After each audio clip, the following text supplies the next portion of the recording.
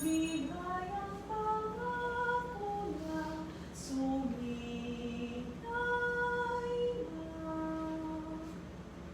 Mga kapatid, sa ating banal na pagdiriwang, sama natin sa ating panalangin ang aming pasalamat at natatanging kaibigan ni Nalet Ibalanta, Darly at Gemma Riogelon at pamilya, Mendoza family, Percy Mendoza at pamilya, Bierda Lumbar pamilya, Akna family,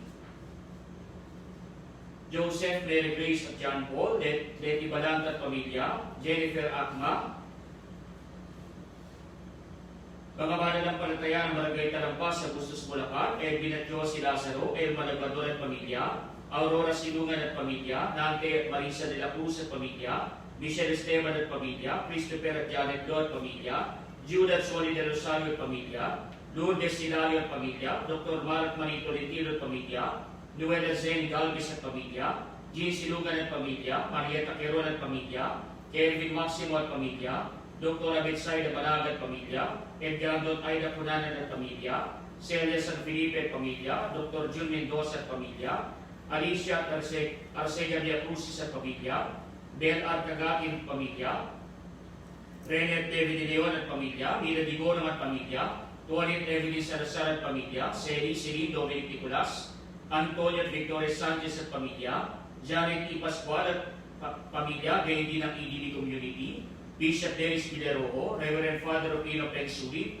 Cesar at Lolita Nicolas at pamilya, para sa kaligtasan ng pamilya Hermar at Punanan, Dan at Daisy Nivelo at pamilya, Eli Flores at pamilya, Jody at Diana Marfil at pamilya, Dina Saavedra at pamilya, Victor at Divina NC at pamilya, Adriano Sanchez at pamilya, Architect Bernard at Edna de Guzman, George at Vincul at pamilya, Peter Cash at Joel Renier at pamilya, Pining Villanueva at pamilya, Camila Sarokilo at pamilya, Jen Tamari at pamilya, Rowena Villero at pamilya, Arman at Amy Isma at pamilya, Pedro Moradas at pamilya, Judat Norris Pilahera at pamilya, Josie Brillantes at pamilya, Amy Ferry Limanalo at pamilya, Dedelin G. Bunag at pamilya, Gaspar at Susan Lumari at pamilya, Reynante Ilabo at pamilya, Emelita de la Cruz at pamilya, G. Majora Linden, Yvette Barrera at pamilya, Gigi Bautista Alejandro at pamilya, Ivy Lorraine at pamilya, Jaime Jovian Cruz, Maria G. Adap, Dr. Ken Adap at pamilya, Dr. Eliza Catrina Morera at pamilya, Dr. Caroline Enriquez at pamilya, Dr. Alan Ivon Guevara at pamilya, Dr. Chester Calapis, mga doktor at medical staff ng Religio Fatima Hospital sa Valenzuela City, Santo Niño Hospital sa Bustos, Amang Rodriguez Memorial Medical Center sa Marikina City, Region 2 Trauma and Medical Center sa Maybong, Nueva Vizcaya, mga doktor at medical staff ng Regino Hospital, Skyline Hospital at Qualimed Hospital, at ang lahat ng mga frontliners sa pagsugpo sa pagkalat ng salot ng COVID-19, gaya ng iba pang mga doktor at healthcare providers, mga pulis at sundalo, mga business leaders at workers, at mga kawani ng pamahalaan nasyonal at lokal, lalo na ng lungsod ng San Jose del Monte. Para sa kagalingan ni Joey Lumba, Mercy Ancheta, Zenaida Mendoza, Edward Dicas, Evelyn Spasito, Eloisa Villanil, Eric Emaroy, Samuel Ingal, Philip Valdez, Rami Banaan, Capistral Mandegro, Timoteo Rivera, Jose Inga, Janet Emlo, Jovan Perez, Samantha Osea, Corazon Donato, Irene Cristobal, Jero del Mundo, Marian Baravilla, Mark Yusef Bernardino, Minda James Saison, Joanna Cristiana, Dito Soriano, Jojit Santiago, para sa karawan nila JP Miranda, Jonel Naiga de Fort, Celi Santos, Joyce Daes, Jane Tumblon, Gian De Leon, Christy Latwihua, Aileen Dawat, Maria Corazon Fidelino, Eleonora Orogo, Lorinda Bumatay, at para sa kapayapaan ng kaluluwa, nina Eduardo Consuelo, Wilio King, Remigio Crescencia, Milita, Edwin Siso, Anaclito, Domingo, Jerilyn, Ignacio, Alicia, Al, Edmar, John, Gregorio, Susan, Teresita, Salvacion, Victor, Maria, Ricardo, Silidonia, Viviana, Gil, Sila, Isabela, Leticia, Evelyn, Alfredo, Eric, Nicolas, Nelson, Frederick, Raquel, Dean, Puloy, Maura, Roman, Andres, Epifania, Rufo, Celia, Marisa, Flor, Protasio, Susana, Tanasia, Nestor, Maria Teresita, Ima Concepcion, Jaime, Domingo, Maximina, Alejandro, Enriqueta, Brian Angelo, Maricel, Jose, Fedora, Felisa, Pedro, Lucila, Justin, Roy, Julita, Sofia, Alejandro, Rodrigue, Felino, Romeo, Domingo, Rosa, Jocelyn, Daisy, Romel, Marlene, Agustin, Felicidad, Magdalena, Jose Pepito, Maria, Ricardo, Jose, Mark, Wilfredo, lahat ng mga kaluluwa sa purgatorio at hindi na mga namayapa mga rektor ng Diocese ng Malolos at mga doktor at frontliners at mga naging biktima ng salot na COVID-19. Sa ngalan ng Ama at ng Anak at ng Espiritu Santo, Amen. sumainyo ang Panginoon. At sumayo rin. Mga kapatid, tinipon tayo bilang kalibangan ka ng Diyos, kaya lumulog tayo sa mawaing Panginoon na nagpapatawad sa atin ng lubos.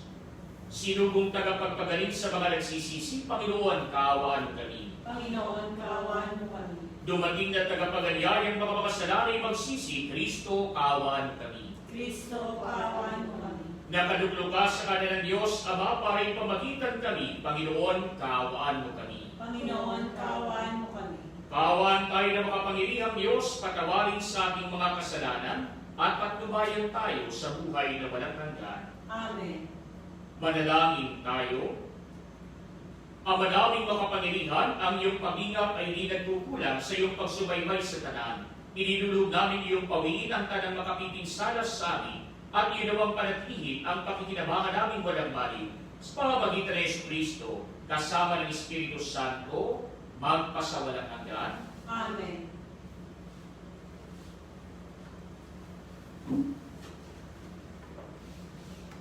Ang salita ng Diyos mula sa ikalawang sulat ni Apostol San Pablo kay Timoteo. Pinakamamahal, alalahanin mo si Yesu Kristo, ang nagmula sa angkan ni David at ang muling nabuhay. Ito ang mabuting balitang ipinangangaral ko, ang dahilan ng aking pagdudusa hanggang sa magapos na tulad ng isang salarin. Ngunit hindi magagapos ang salita ng Diyos.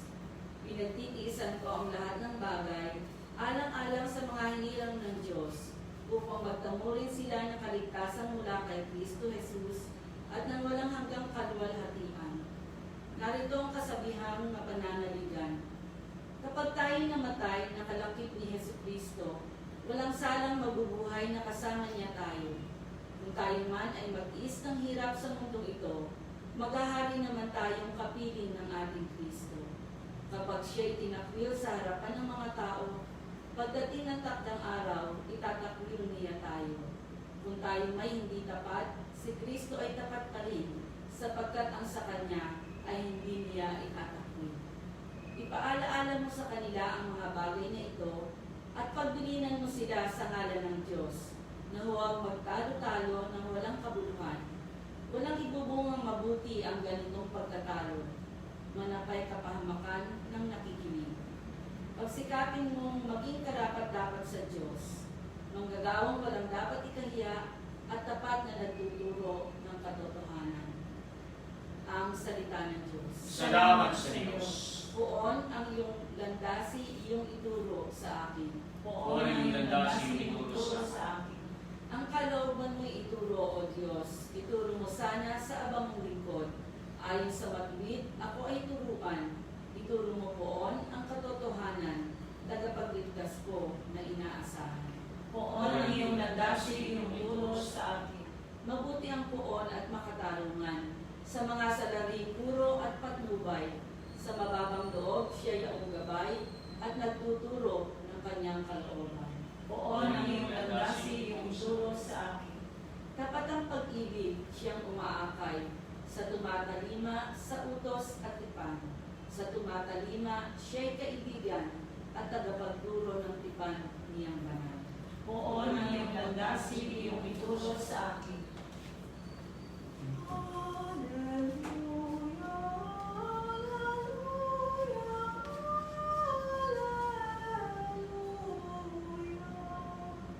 Sumainyo ang Panginoon. At sumayo rin. Ang mabuting balita ng Panginoon ayon kay San Marcos. Papuri sa iyo, Panginoon.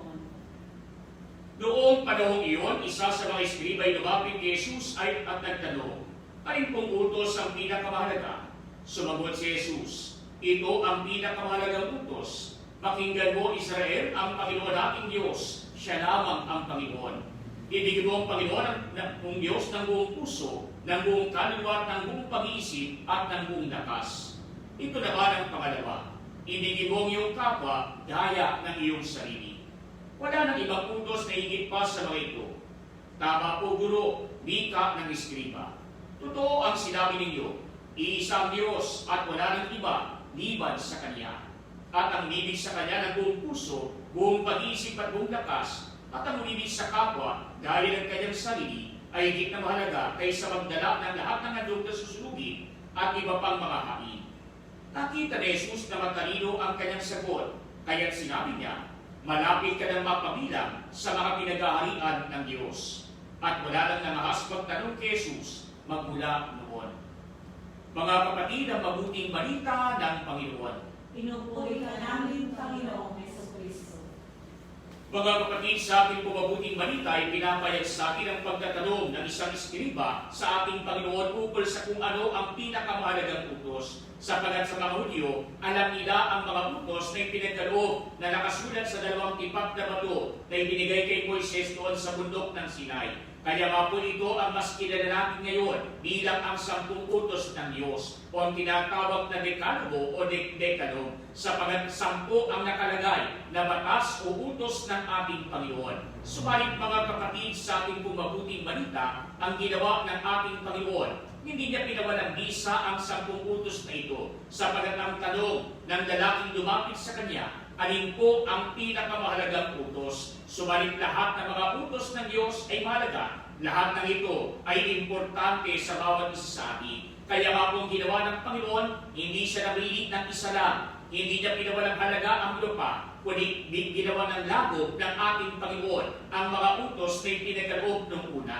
Kaya mula 10, sinamarize ito ng Panginoon sa 2. Kaya ang sabi sa ating mabuting balita, ang sabi ng ating Panginoon, ito ang unang mahalagang utos. Ibigin mong Diyos na higit sa lahat ng buong mong puso, ng buong mong pag-iisip, ng buong mong kaluluwa at ng buong mong lakas. Kaya nga po ito tumutukoy sa unang 3 utos ng Diyos doon sa lumang ibinigay na 10 utos ng Diyos. Kaya nga po doon sa unang 3, ito'y direktang tumutukoy sa ating pag-ibig sa Diyos. Una, ibigin mong Diyos. Ikalawa, igalang mong kanyang pangalan. At ikatlo, magsimba ka kung linggo at pistang pag-ibig. Samantala naman mga kapatid, ang ikalawa na ipinagkaloob ng Panginoon sa isang eskriba na ito, na lago ng 10 utos ng Diyos, ay tumutukoy naman sa pag-ibig sa kapwa. Sapagat ang sabi ng ating Panginoon, ito naman ang pangalawa, ibigin mo ang iyong kapwa gaya ng iyong sarili. At ito'y tumutukoy naman doon sa unang ibinigay na 10 utos ng Diyos, magmula sa ika-4 na utos hanggang ika-10.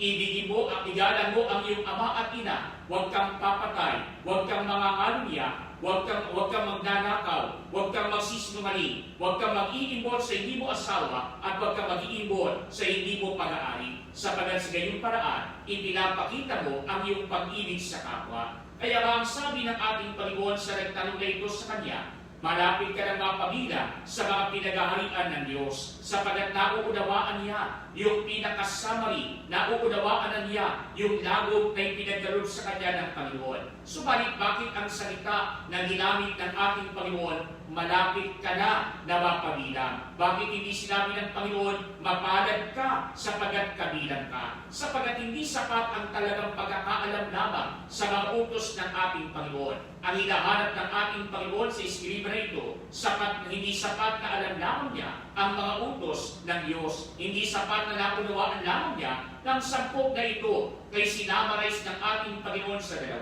Ang kasunod na hinahanap ng ating Panginoon, ano naman ang kanyang gagawin matapos niyang malaman ang mga utos na ito. Kaya ang una na requirement, malaman mo sa iyong isipan, masabi mo sa iyong bibig. Subalit ang ikalawa na hinahanap ng Panginoon sa eskriba na ito ay yung isasagawa naman ng kanyang mga kamay sa pamamagitan ng kanyang panglapit sa Diyos at kanyang panglapit sa kanyang kapwa sa larangan ng pag-ibig. Kaya nga po ang sabi sa atin, ang ipinagkaloob ng Panginoon na mga salita sa Eskribra na ito ay mga batas ng pag-ibig. Pag-ibig sa Diyos at pag-ibig sa ating kapwa. Sapagkat hindi po pwedeng magkahiwalay ang dalawa na ito. Sapagkat kapag iniibig mo ang Diyos, kailangan ibigin mo rin ang iyong kapwa. At kapag iniibig mo ang iyong kapwa, supposed to be, sinasalamin ito ang pag-ibig mo sa ating Panginoon. Kaya nga po kahit doon sa pag-iisang dibdib, ito'y kitang-kita sapagkat sa pag-iisang dibdib, may basbas ng Diyos kapag kayo may kasal sa simbahan at hindi naman may pagsang-ayon, may basbas ng mga tao. Kaya nga po pinapahayag, hindi lamang ang pag-ibig sa kanyang kapareha, kundi ang kanyang pag-iisang dibdib ay larawan din ng pag-ibig ng Diyos sa kanyang sambayanan. Larawan din ng pag-ibig ng Diyos sa bawat isa sa atin. Kaya palagi magkasama ang pag-ibig sa Diyos at ang pag-ibig sa ating kapwa. Kaya nga po mga kapatid, nakakalungkot kapag halimbawa nang sinasabi ko inilaban mo ang Diyos. Subalit mga kapatid, may mga tao na laban ng simbahan, may mga tao nga napakamadasali, may mga tao nga kabisado na ang napakaraming mga dasal mula sa mga aklat dasalan. May mga tao nga palagi nagbibigay ng abuloy sa ating simbahan. May mga tao nga ay palagi nagsasalita at nagtuturo pa na tungkol sa mga aral at turo ng simbahan na nakabatay sa aral at turo ng ating Panginoon. Subalit hindi lamang sa ating pagsalita, kundi hinahanap sa atin paano man ang sinasabuhay ang iyong sinasabi. Paano man sinasabuhay ang mga aral na ito na galing sa ating Panginoon. Kaya nga po ang sabi sa atin, ang batas ng pag-ibig ay hindi lamang sinasalita, ang batas ng pag-ibig ay sinasagawa ng ating mga kamay. Kaya nga po sa ating pong diocese, ito po ang pinapakita natin. Kaya nga po sa diocese natin, ang ating pong inang simbahan, ang talagang kanyang gampani, ipahayag ang mabuting balita, ituro ang mga aral at utos ng ating Panginoon. Subalit mahirap magturo sa isang taong kumakalam ang kanyang sikura. Mahirap ituro sa isang tao na naghahanap ng kung ano ba ang kanyang papalisan na mabuting halimbawa. Kaya nga po ang ating inang simbahan, hindi lamang nagtuturo, maging ang ating inang simbahan, ipinapakita niya sa kanyang sariling paggawa, sa kanyang sariling pag-apostolado, ang mga itinuturo niya. Kaya kapag sinabi ng simbahan, ibigin mong Diyos na higit sa lahat, ibigin mong iyong kapwa dahil ang iyong sarili, sapagkat ito mismo ang sinabi ng ating Panginoon. Kaya nga po hindi lamang ito tinuturo, ito pinapakita sa atin sa pamamagitan ng mabuting halimbawa ng ating inang simbahan.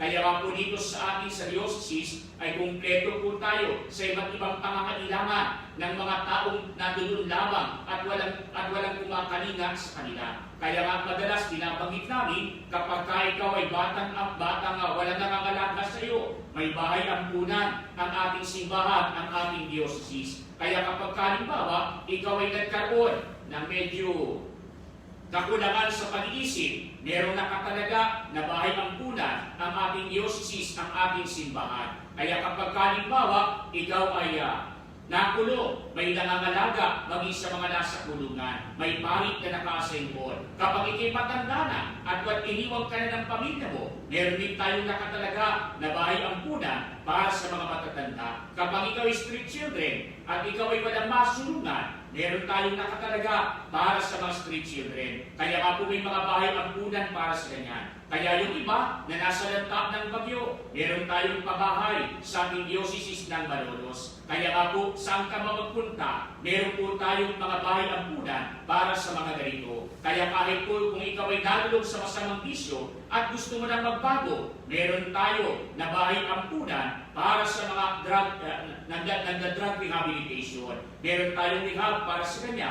Meron tayo na mga lugar para sa ating mga kapatid na nalulog sa pinagbabawal na gamot. 29 na taon na ito ay nakatayo. Kaya nga po kung titignan po natin mga kapatid, kumpleto ang ating diocese sa mga bagay na ito. Subalit mga kapatid, yung pong ibang mga tao na kung titignan natin ay mga pinagkaitan ng kalinga sa ating lipunan, ang simbahan naman ang kumakalinga sa kanila.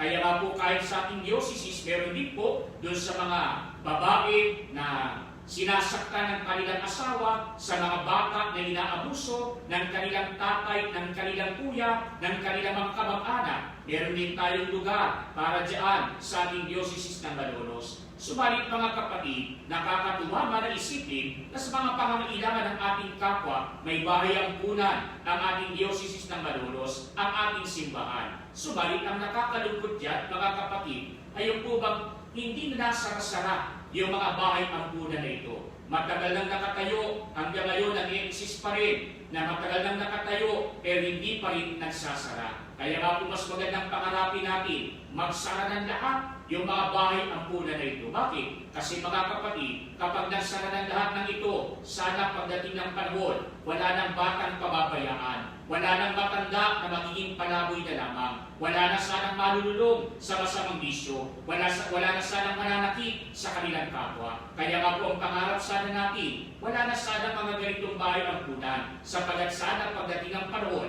ang lahat ng mga tao na nagmamahal sa Diyos ay nagmamahal din ng higit sa kanilang kapwa. Sana pinapakita nila sa kanilang paggawa ang kanilang sinasabi na pag-ibig sa ating Panginoon. Kaya nga po kumisan, mga kapatid, kapag ka pupunta sa bahay ampunan, halimbawa sa mga matatanda, natutuwa tayo ng mga matatanda na ito, inaalagaan. Pero mga kapatid, ang isipin po natin, taon-taon, nababawasan man sapagat may namamatay, sapagat hanggang doon na lang talaga.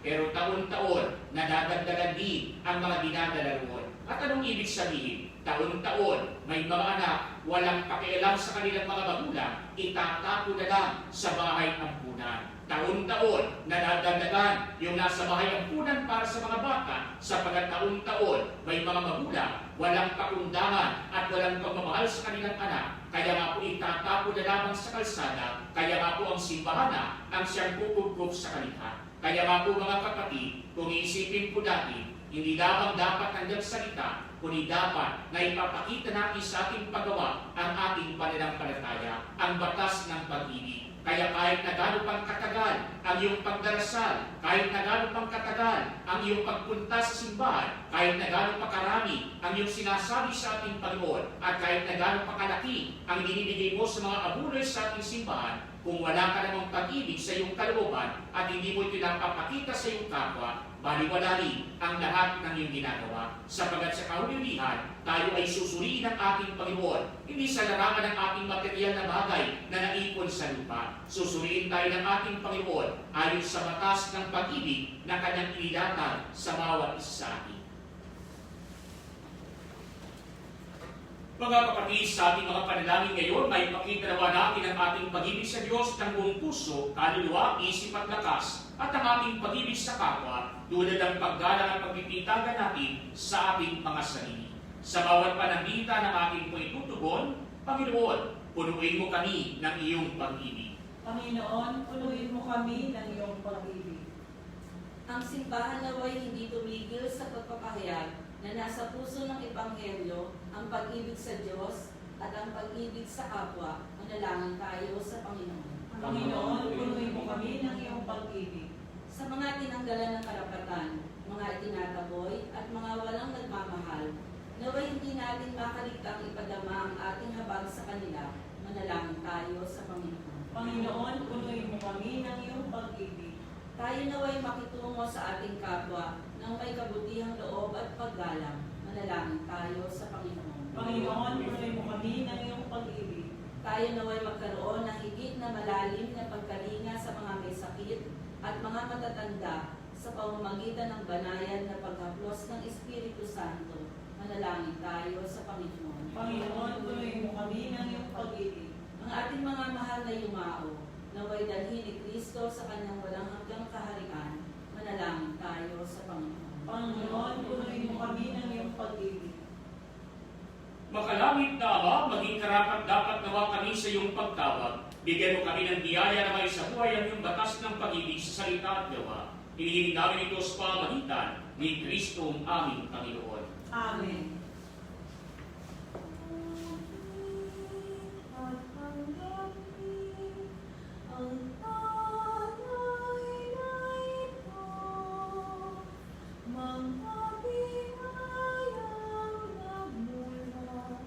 Sa pagpapalagay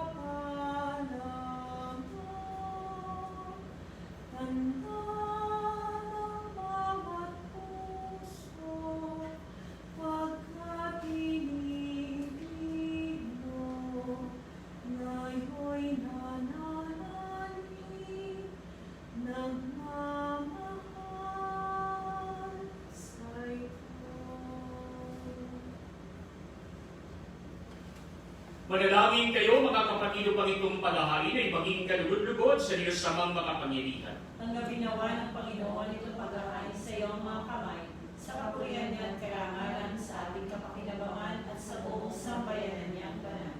Ang manawing nilikha sa iyong katapatan kami nagtitiwala na iyong mga alay aming inihahanda at inihahain dito sa banal mong dambana. Sa kagandaang loob sa aming dumadalisay, kami ay makaganap ng may malinis na kalooban sa pangilikod namin sa banal ng pagdiriwang, sa pamamagitan ng Jesucristo kasama ng Espiritu Santo, magpasawalang hanggan. Amen.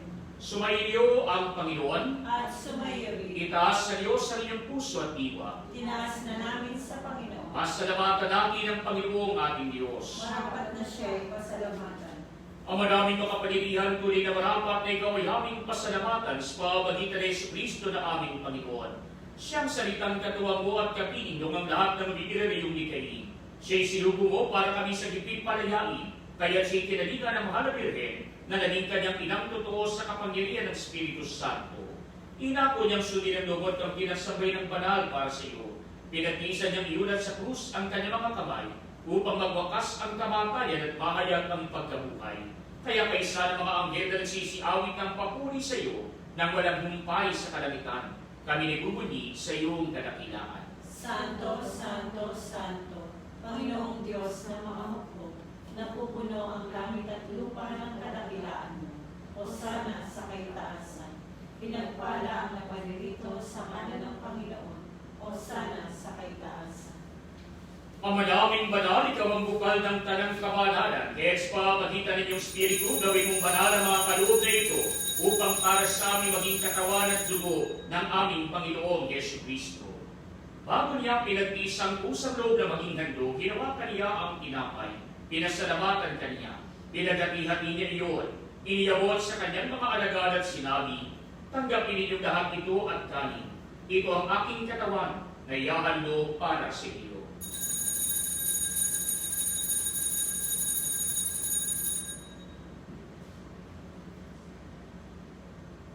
Kaya ginawa noong matapos sa hapunan, hinawakan niya ang kalis, muli kaniyang pinasalamatan.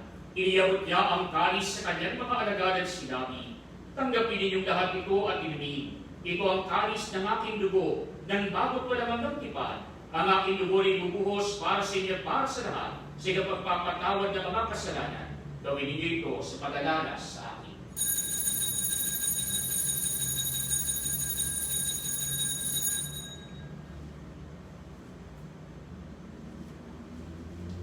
Mga kapatid na misteryo ng ating pananampalataya. Si Kristo'y namatay, si Kristo'y nabuhay, si Kristo'y babalik sa wakas ng panahon. Ama, ginagawa namin ngayon ang pag-alala sa pagamatay at muling pagkabuhay ng iyong anak, kaya iniaalay namin sa iyo ang tinapay na nagbibigay buhay at ang kalis na nagkakaloob ng kaligtasan. Kami nagpapasalamat dahil kami yung minarapat na tumayo sa harap mo para maging kod sa iyo. Sinasamo namin kami magsasalos-salos sa katawan at dugo ni Kristo ay mabuklod sa pagkakaisa sa pamamagitan ng Espiritu Santo. Ama, rinapin mo ang iyong simbahang nagarap sa buong daigdig. Puspusin mo kami sa pag-ibig kay San Francisco naming Papa at Fidelis naming Obispo at ng Tanang Kapalian. Alalahanin mo rin ang mga kapatid namin na hinday na may pag-asang siling muling mabubuhay, gayon din ang lahat ng mga pumanaw. Kaawaan mo sila at patuloyin sa iyong kaliwanagan. Kaawaan mo at pagindapatin kaming lahat na makasalo sa iyong buhay na walang wakas. Kay Sana Mahal na Birheng Maria, Reyna ng Diyos, ni San Jose na kanyang kabiyak ng puso, kay Sana mga apostol at ng lahat ng mga banal na nabuhay dito sa daigdig ng karigod-tugod sa iyo. May pag-iwang naman namin ang pagpupuri sa karagal mo sa pamagitan ng iyong anak na aming Panginoong Jesucristo. Sa pamamagitan ni Kristo, kasama niya sa Kanya, ang lahat ng parangal at papuri ay sa iyo, Diyos Amang makapangyarihan, kasama ng Espiritu Santo, magpasawalang hanggan. Amen. Mga kapatid, sa tagubilin ng mga nakagagaling na utos at turo ni Jesus na Panginoon natin at Diyos, ipahayag natin ang lakas loob.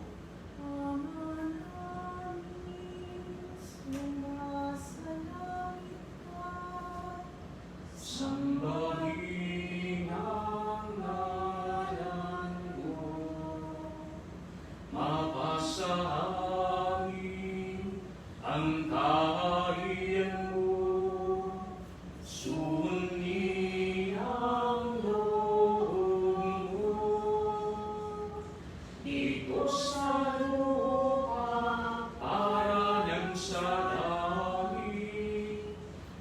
Hayaan mo kami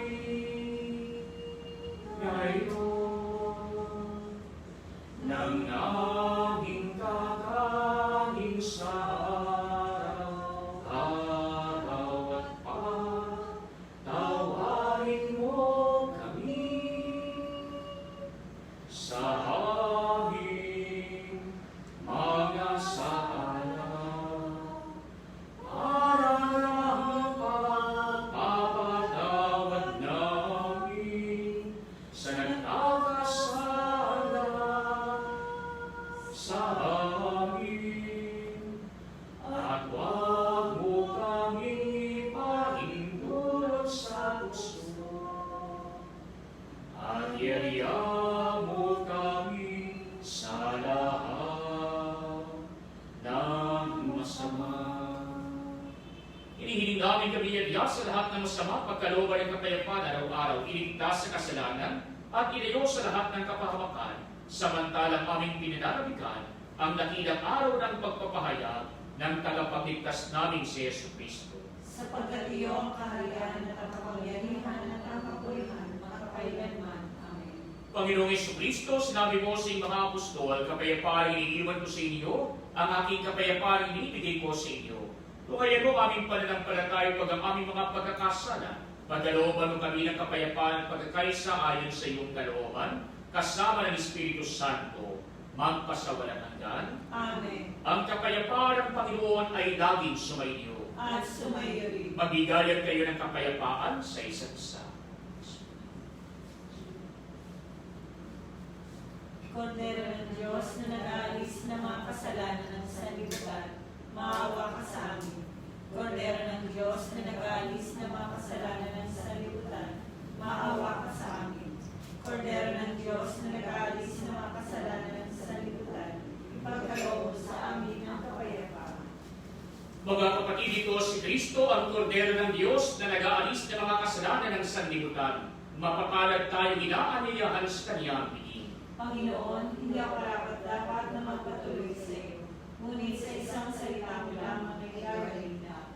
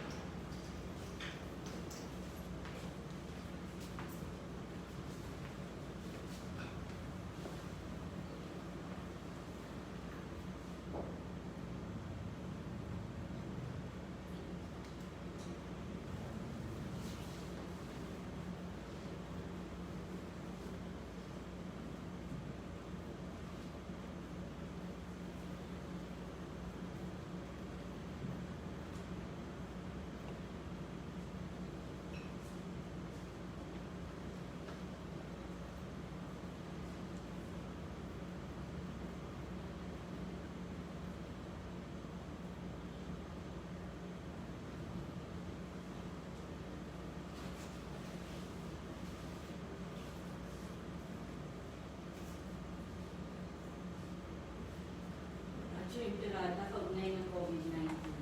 Amang makapangyarihan, lumalapit kami sa iyo sa aming pangailangan. Ingatan mo kami laban sa COVID-19 na lumalaganap sa kasalukuyan at nagiging sanhi ng kamatayan. Tulungan mo ang mga nagsisipag-aral sa kalikasan at pinagmumulan ng salot na ito at kung paano masusugpo ang paglaganap ng sakit na dulot nito. Gabayan mo ang mga kamay at isipan ng mga eksperto sa medisina na mapaglingkuran nila na may puso at kakayahan ang mga may karamdaman at sa mga sangay ng pamahalaan at mga pribadong ahensya na makatagpo ng lunas at solusyon sa salot na ito. Sinasamo namin ang mga dinapuan ng sakit na ito ay mabalik sa kalusugan sa madaling panahon. Kumilos nawa kami sa ikabubuti ng lahat at matulungan ang lahat ng nangangailangan. Hinihiling namin ito sa pamamagitan ni Jesucristo, kasama ng Espiritu Santo, magpasawalang hanggan. Amen. Maria, takbuhan ng mga Kristiyano, Panalangin mo kami. San Rafael Arcangel, Panalangin mo kami. kami. San Roque, Panalangin mo kami. kami. San Lorenzo Luis, Panalangin mo kami. kami. San Pedro Calungsod, Panalangin mo kami. kami. San Pedro Apostol. Panalangin mo kami. kami. Manalangin tayo. Ang madaming mapagmahal, pagharian mo sa iyong Espiritu kaming pinapakilabang mo sa katawan at dugo ni Kristo, upang di lamang sa pagsalita, kundi rin naman sa pagsagawa, ikaw ay aming maipagdamal at maging marapat kaming makapasok sa kaharian mo sa kalangitan. Sa pamamagitan ni Yesu Kristo kasama ng Espiritu Santo, magpasawalang hanggan. Amen. Sumainyo ang Panginoon At sumayo rin. at pagpalain kayo ng makapangyarihang Diyos, Ama at Anak at Espiritu Santo. Amen. Humayo kayo sa kapayapaan ni Kristo. Salamat sa Diyos.